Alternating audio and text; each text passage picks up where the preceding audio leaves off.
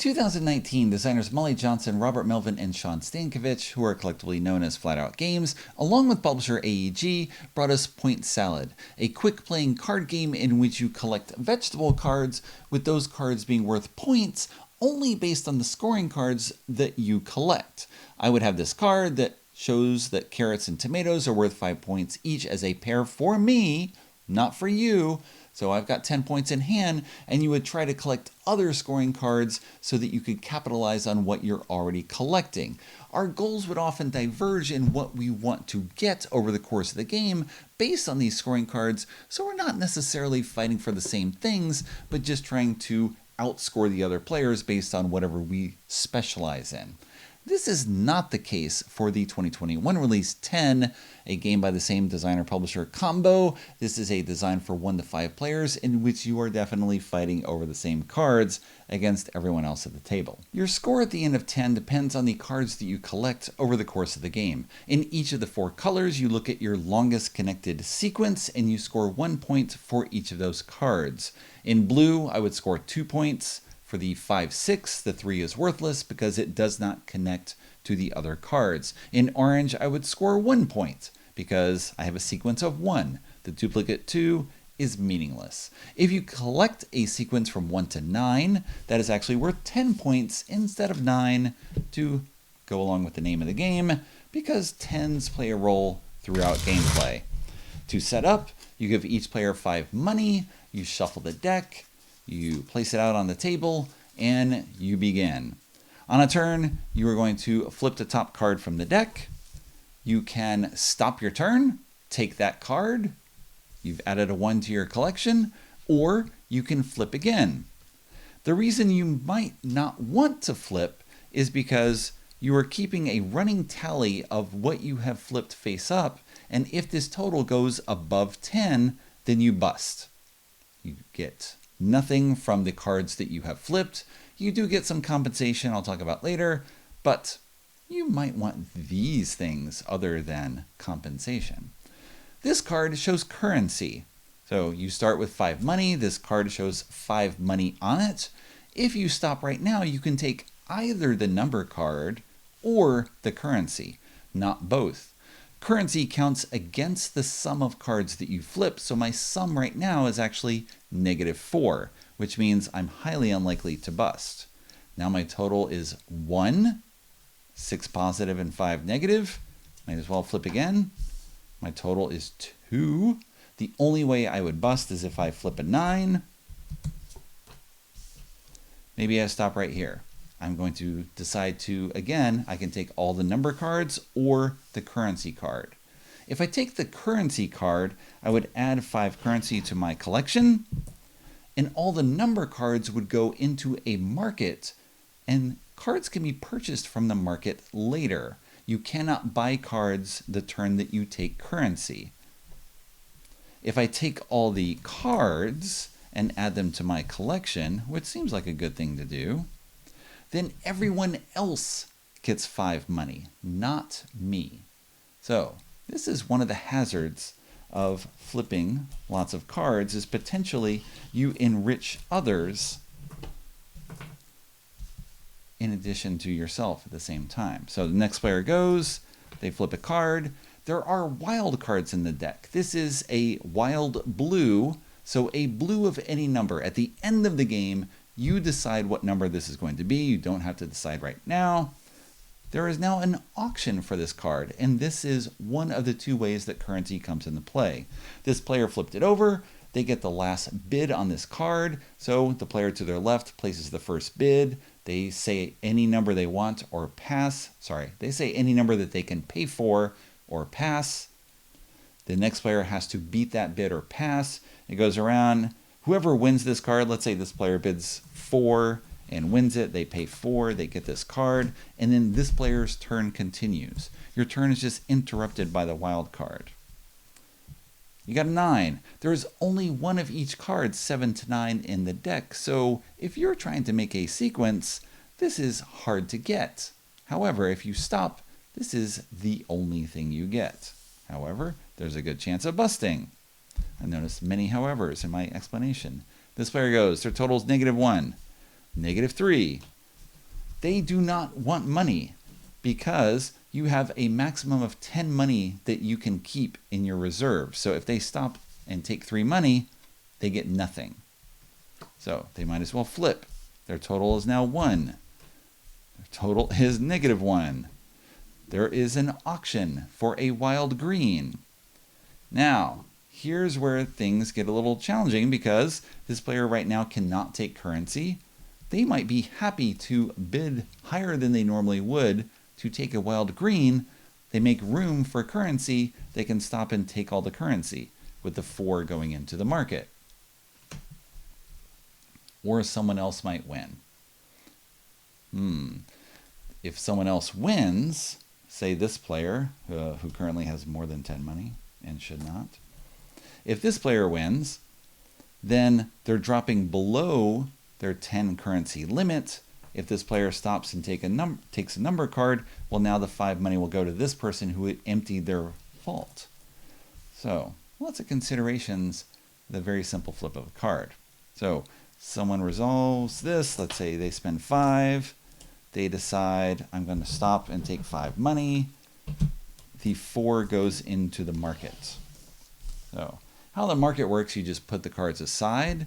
On a turn, if you stop and take only number cards and do not bust, let's say this player just takes the 5, decides to end their turn, you can now buy at most 1 card from the market, and the cost for a card is the number of that card. So this player could pay 4, take this, the turn is over. Next player goes. You're at 4, 11, you bust. When you bust, all the number cards, if you bust by going above 10, all the number cards go into the market, you get compensation, one of these white markers, that does not count against your 10 currency limit. This token counts as 3 money that can be used in auctions and to buy cards from the market. You do not get change for it, but it does not count against your total. So these cards go in the market. They can be purchased not by you because you busted, your turn is over, but they can be purchased by others. The next player goes, you have an auction for a wild orange. Maybe they end up winning it because they want to try to build on an orange sequence. 3 money. You can also bust from money. If the currency in the pool, right now your total is -6, -8, you have an auction for this. If your total ended up being, total of currency is higher than 10, you bust, you get compensation, no one else gets anything, you cannot buy from the market, and you are done. So if you bust on currency, you get compensation, all the cards go away, that's it.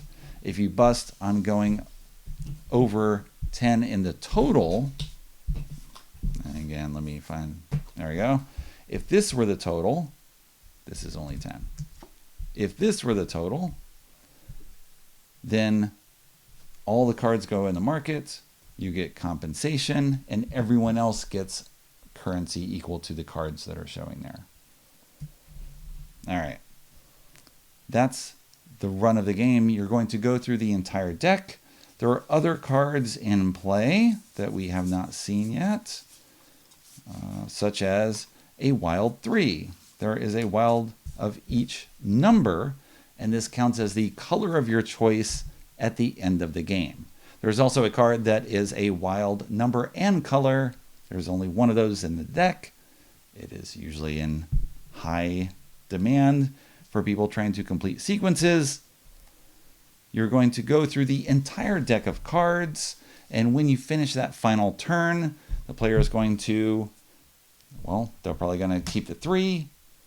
They can buy from the market, and then each player gets one final chance to buy from the market, and then the game ends. There's a quick overview of 10, which I played 7 times so far in a review copy from AEG with 2, 3, and 4 players. I had forgotten there was a solitaire version of the game until I reread the rules prior to recording this video. I am not much usually for solitaire versions, so I have not explored it yet.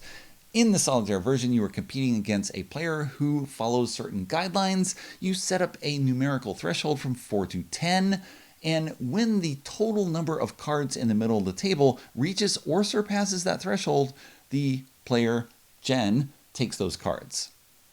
That's it. They do not bust based on numbers. So you are competing against someone who's kind of breaking the rules for how things are supposed to work, and you're trying to end up with a higher score than them. Okay, that's the solitaire version of the game. With the regular version, where you have human opponents, you adjust the deck based on the number of players. So with only 2 players, you're going to have duplicates of the cards from 1 to 6, and only 1 copy each of the cards 7 to 9. When you add in a 3rd player, you add in another set of cards 1 to 3. You add a 4th player, you add another set of cards 4 to 6, along with a wild of each color. You also add in another set of currency cards for each player that's going in. So you're adjusting the number of available cards based on the player count, which is another similarity to Point Salad. And that allows for competition. You're never going to get exactly what you want, often because you are going to bust. You're going to choose currency over other cards that end up going into the market, or a player is going to take duplicate cards that you might have wanted. Now, an interesting aspect is that cards in your collection are not fixed. You're not locked in to what you have in front of you. You can spend any card that you've collected for 1 money. That's it. Whatever the number on it, it's only 1. So when you collect a duplicate card, it's not worthless. It's worth 1 money, and it doesn't count against the 10 currency limit. So both the bust tokens and cards allow you to cheat and get around that 10 currency limit, which gives you more freedom when it comes to buying cards at the market and winning auctions. Essentially, players don't always know how much money you have access to because they don't know how willing you are to throw something away. You might have a sequence from 4 to 8 and you've got a 2. Are you willing to jettison that 2? It's potentially a point, assuming you can get the 3, or it can allow you to get something else and fill in a gap that you might otherwise have. The games are highly variable based on how the cards come out. We had one game in which it was currency cards.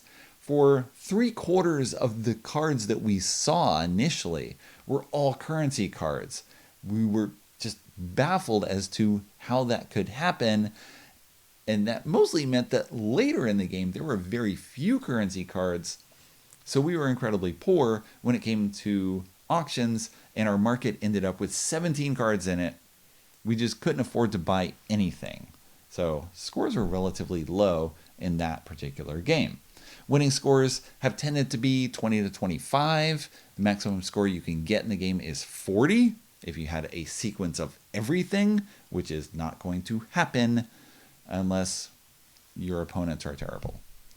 No, the gameplay experience varies a lot based on the player count, not just because of the number of cards you're competing for, but specifically the number of opponents that you have when wild cards come up. In the 2-player game, which I played only once so far, money was critical because one player spent down to no money in hand. They had cards, but no money, no tokens. So every wild card that came up, they decided, I don't want to bid it, which means I got it for 1. And then it happened again, and it happened again, and it took a while before they were able to have some currency on hand and write the scales and properly value cards in an auction. With more players, I have not seen that happen because you always have 2 people that have money, even if someone else runs out. So it's a very different game with 2 players because of that risk of wild cards coming up and you not being able to afford them. Wild cards have been huge. I don't know what the proper value of a wild card is after so many games. It varies a lot. At the beginning of the game, it's got this nebulous thing where you've got a wild red, but you don't even have any other red cards. It can help you fill in something, but you don't know what. It's effectively 1 guaranteed point. But I don't know what a point is worth. I haven't tried to math out any of that to figure out the value of a particular point. Later on, you get some wild 5 that comes up, which would perfectly fill in your gap, and you're like, I'm going all in because it's connecting these two halves of things that I don't think I'm going to get otherwise, because the 5s of that color have already come out and been claimed. The game has no jerks rule, where you can't buy a card from the market if it's the same card that you already own, which is a good rule. You can't just take all the green 4s and deny other people the green 4s just to split their sequences permanently. I get why that works. You can, however, take duplicate cards if they come up in the row, and then of course you throw them away for 1 money and you laugh because you have thwarted them anyway. So the game plays relatively quickly, and it's a great game to teach while playing, similar to how I showed you here. I shuffled the deck, I cut it, I just started flipping cards and taught you the rules as you played. That means you won't necessarily make the ideal choices in the first turn or two, but the first turn or two often don't matter. They just give you a foothold for everything that comes afterward.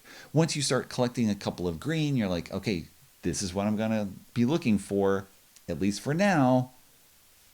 Maybe I can ride that green train for the rest of the game. Maybe they'll all end up in other people's hands. I don't know. But initially you start with nothing. You build that little foothold, and then you start going from there. I love being able to teach games while playing them, and 10 excels at that because, again, everything that comes up you can teach as it happens. You start with a currency card. Oh, you're in negative value here. You have no risk of busting. You can take 5 money and add it to your pool. You got lots of money to buy things if an auction comes up. A number card comes up. Great, you want number cards. You can stop with the number card. But if you flip a card, if you flip over a 3, for example, if you flip a card that's 8 or 9, you bust. There's only a few of those in the deck. The odds of you busting are really low. You decide. You flip something over. Okay, now you're at this situation. And you teach everything as it comes out of the deck. You start playing immediately and you just get going. I always do this, like I'm spiraling down into something. No, these are the turns going around the table. You just get playing immediately. Everyone gets invested. You immediately start to understand, okay, this person's at the currency limit. This person is not. I could stop here. There's 7 currency out there, but I want to take the number cards. He gets nothing. She gets only 2. Great. I still profit off this. Or I get 7 currency and I'm putting, something in the market that they don't need that I can buy on a future turn.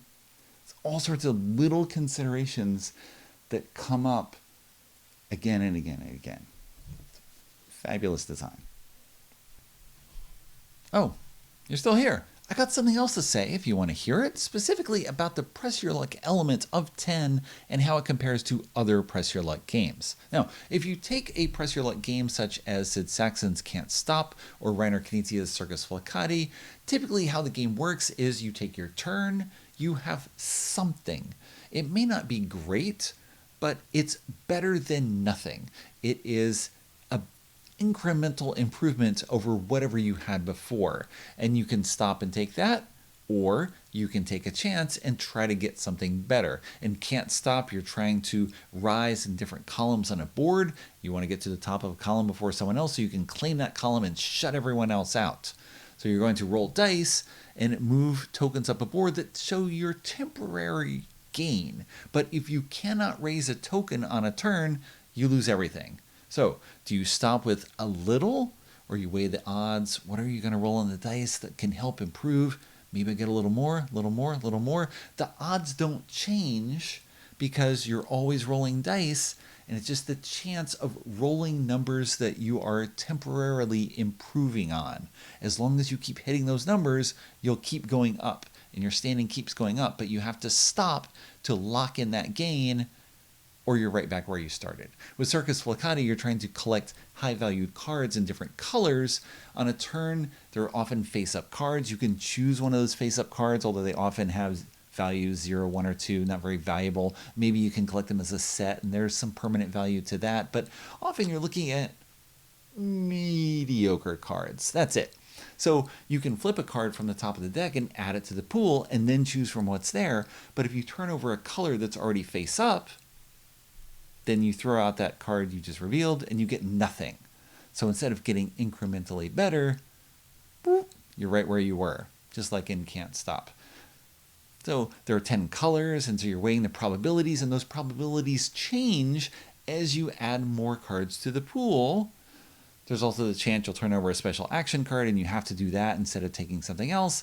That's also a possibility, but the probabilities change and you can keep track of that and you can see what cards other people will grab. You know that the high value cards and these colors are still available. You don't have those colors already. You want to take a chance and get them at the risk, again, of nothing. So 10 does not work quite that way because you are flipping over numbers and currency together in random patterns that you cannot predict beforehand, and you can get only the numbers or only the currency. And what is valuable to you changes radically over the course of a game, because initially, as I have said, you have nothing, and you want a foothold in something. Now, it could just be you flip over 5 money, and you decide, I'm going to stop right there, take 5 money, and max out. I've got 10 money. If wild cards come up, if 9s or 8s land in the market, I can get them immediately before anyone else does. These rare cards that will be valuable over the course of the game. Okay, that's one way to do it. Or you flip over a couple of low value number cards. Good, I get a foothold in this. And as the game progresses, how you value cards really changes, because sometimes you'll flip over, let's say, a red 4, and you've already got a red 4. So essentially, that's 1 money to you. That's it, because it's a duplicate card. But you know someone else is collecting that. Should I take it? No, I'm going to flip something else, and hopefully I'm going to build up this pool so that I can take it all. I can take that 4 along with other things and then throw it away. So I'm still getting something by denying you, especially in a 2-player game. But often, why would I stop at the 4? I'm going to flip something else and hope to add more. Maybe that 4 will end up in the market, and then I know that you will have to devote money to get it, which means you won't be bidding on other things. There's more complexity as to how you value a pool of cards, and sometimes you want to bust because you're flipping over things and you can stop and take the money, but you're already full on money. You don't need any more money. You just want to keep going so that you can force a bust, get those cards out of the game, and then get the white token so that you have more money in reserve.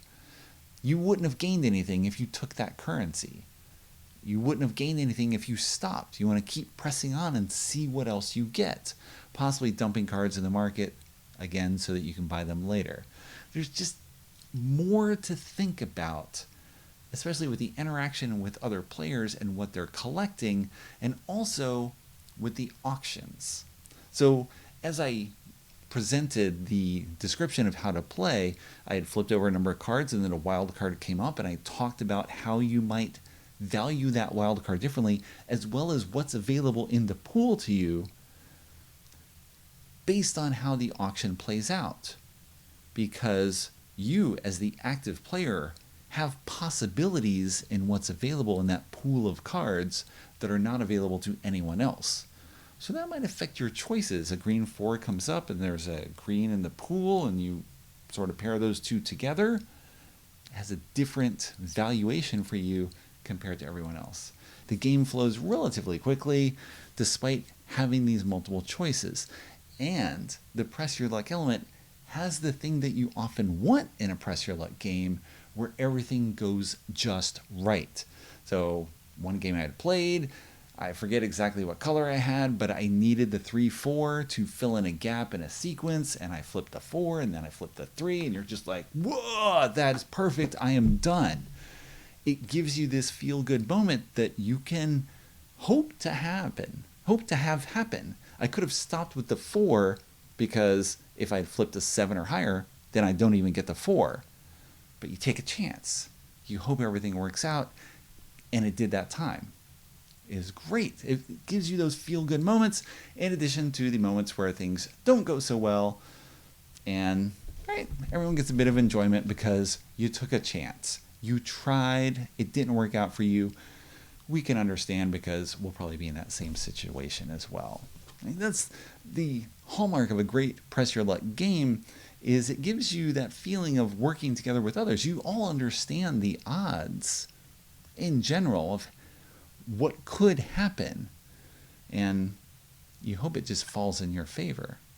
Depends on luck as well as your assessment of what's possible, what could happen. This game works well to deliver that experience.